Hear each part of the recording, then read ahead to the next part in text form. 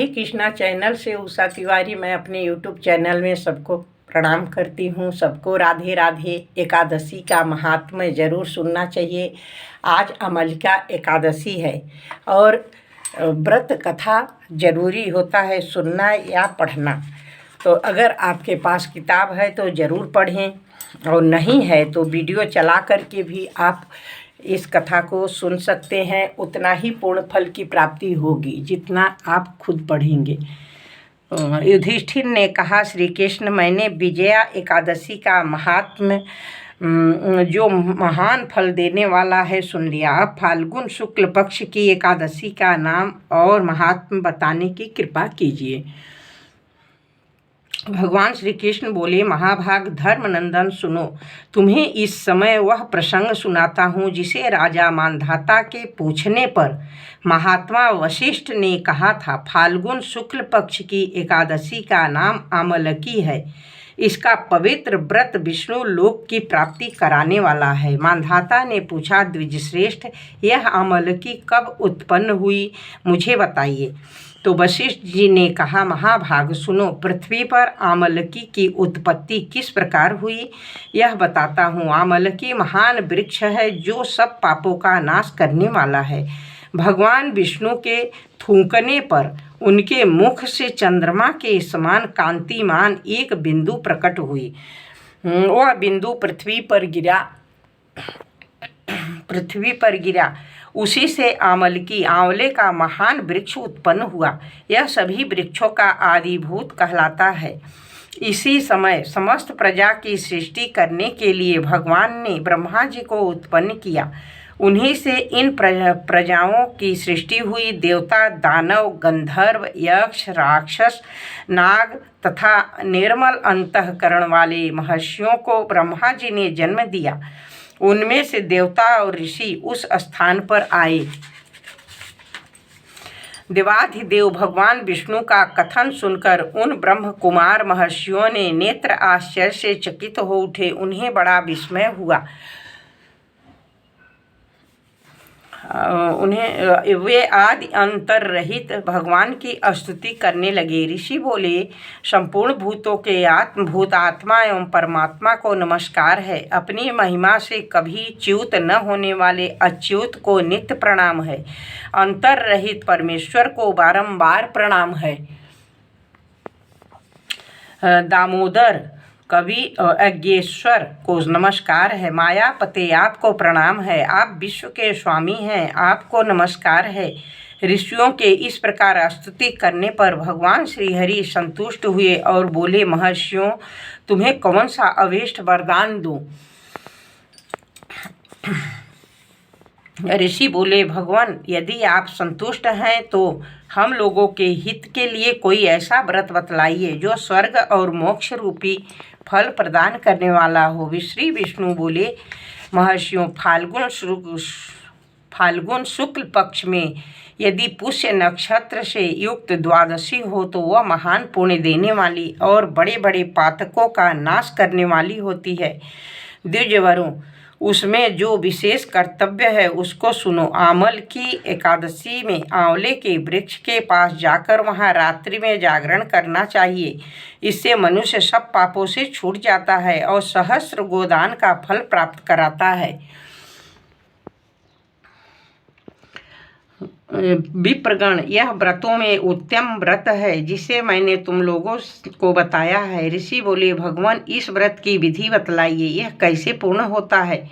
इसके देवता नमस्कार और मंत्र कौन से बताए गए हैं? उस समय स्नान और दान कैसे किया जाता है? पूजन की कौन सी विधि है तथा उसके लिए मंत्र क्या है? इन सब बातों का यथार्थ रूप से वर्णन कीजिए। भगवान विष्णु ने कहा, द्विजवरों, इस व्रत की जो उत्तम विधि है उसको श्रवण करो। एकादशी को प्रातः काल दंत धावन करके यह संकल्प करें कि हे पुंडरीकाक्ष, हे अच्युत, मैं एकादशी को निराहार रहकर दूसरे दिन भोजन करूँगा। आप मुझे शरण में रखें। ऐसा नियम लेने के बाद पतित, चोर, पाखंडी, दुराचारी, मर्यादा भंग करने वाले तथा गुरु पत्नी गामी मनुष्य गुरु पत्नी गामी मनुष्यों से वार्तालाप न करें।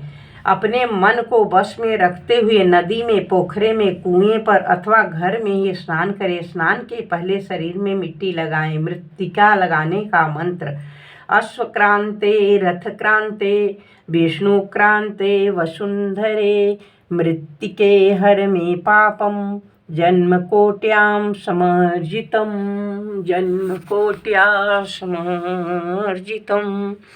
वसुंधरे, तुम्हारे ऊपर अश्व और रथ चला करते हैं तथा वामन अवतार के समय भगवान विष्णु ने भी तुम्हें अपने पैरों से नापा था। मृत्तिके, मैंने करोड़ों जन्मों में जो पाप किए हैं, मेरे उन सब पाप को हर लो।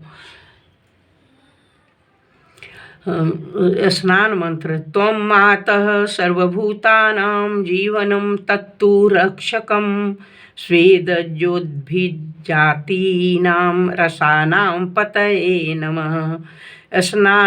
स्नातोऽहं सर्वतीर्थेषु हृदयप्रस्रवणेषु च नदीषु देवखातेषु इदं स्नानं तु मे भवेत्। जल की अधिष्ठात्री देवी माता, तुम संपूर्ण भूतों के लिए जीवन हो, वही जीवन जो स्वेदज और उद्भिज जाति के जीवों का भी रक्षक है। तुम रसों की स्वामिनी हो, तुम्हें नमस्कार है। आज मैं संपूर्ण तीर्थों का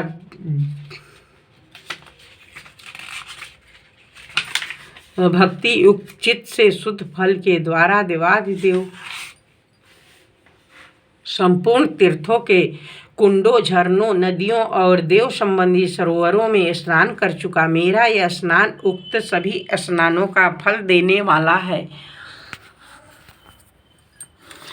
विद्वान पुरुष को चाहिए कि वह परशुराम जी की सोने की प्रतिमा बनवावे। प्रतिमा अपनी शक्ति और धन के अनुसार 1 या आधे मास से स्वर्ण की होनी चाहिए। स्नान के पश्चात घर आकर पूजा और हवन करें। इसके बाद सब प्रकार की सामग्री लेकर आंवले के वृक्ष के पास जाएं। वहां वृक्ष के चारों ओर की जमीन झाड़ बुहार लीप पोतकर शुद्ध करें।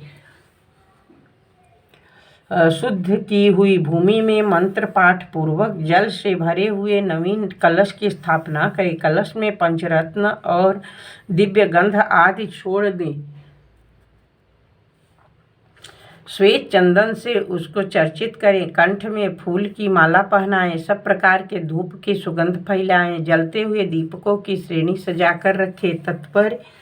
तात्पर्य यह है कि सब ओर से सुंदर एवं मनोहर दृश्य उपस्थित करें। पूजा के लिए नवीन छाता, जूता और वस्त्र भी मंगाकर रखें। कलश के ऊपर एक पात्र रखकर उसे द्विज लाजो खीलों से भर दें। फिर उसके ऊपर सुवर्णमय परशुराम जी की स्थापना करें।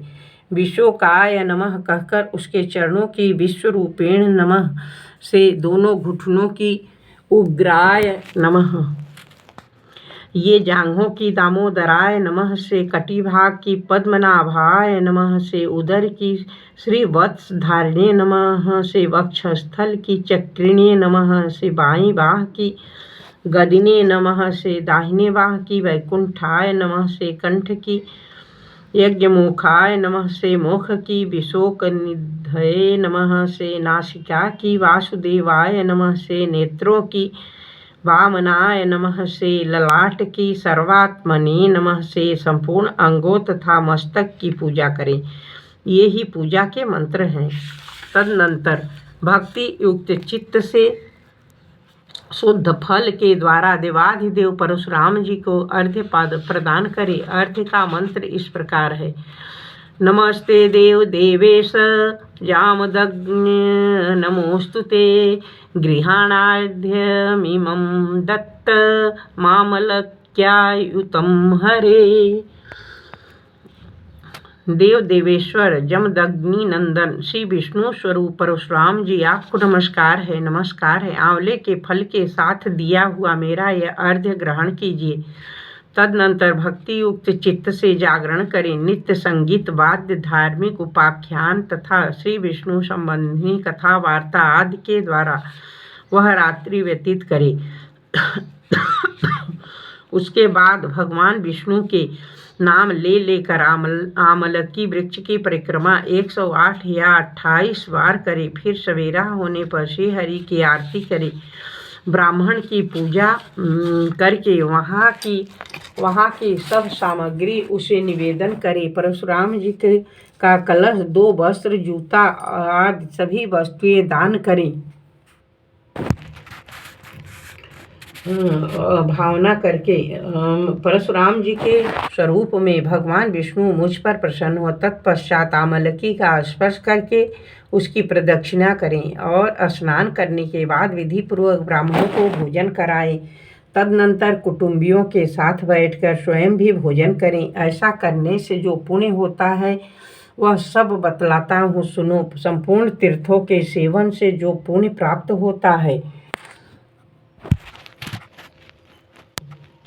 वह सब बतलाता हूँ, सुनो। संपूर्ण तीर्थों के सेवन से जो पुण्य प्राप्त होता है तथा सब प्रकार के दान देने से जो फल मिलता है वह सब उपर्युक्त विधि के पालन से सुलभ होता है। समस्त यज्ञों की अपेक्षा भी अधिक फल मिलता है, इसमें तनिक भी संदेह नहीं है। यह व्रत सब व्रतों में उत्तम है, जिसका मैंने तुमसे पूरा वर्णन किया है। वशिष्ठ जी कहते हैं, महाराज, इतना कहकर देवेश्वर भगवान विष्णु वहीं अंतर्धान हो गए। तत्पश्चात उन समस्त महर्षियों ने उक्त व्रत का पूर्ण रूप से पालन किया। नृपश्रेष्ठ, इसी प्रकार तुम्हें इस व्रत का अनुष्ठान करना चाहिए। भगवान श्री कृष्ण कहते हैं, युधिष्ठिर, यह दुर्धर्ष व्रत मनुष्य को सब पापों से मुक्त करने वाला है। बोलिए श्री कृष्ण कन्हैया लाल की जय, बांसुरी वाले की जय, श्री राधे सरकार की जय।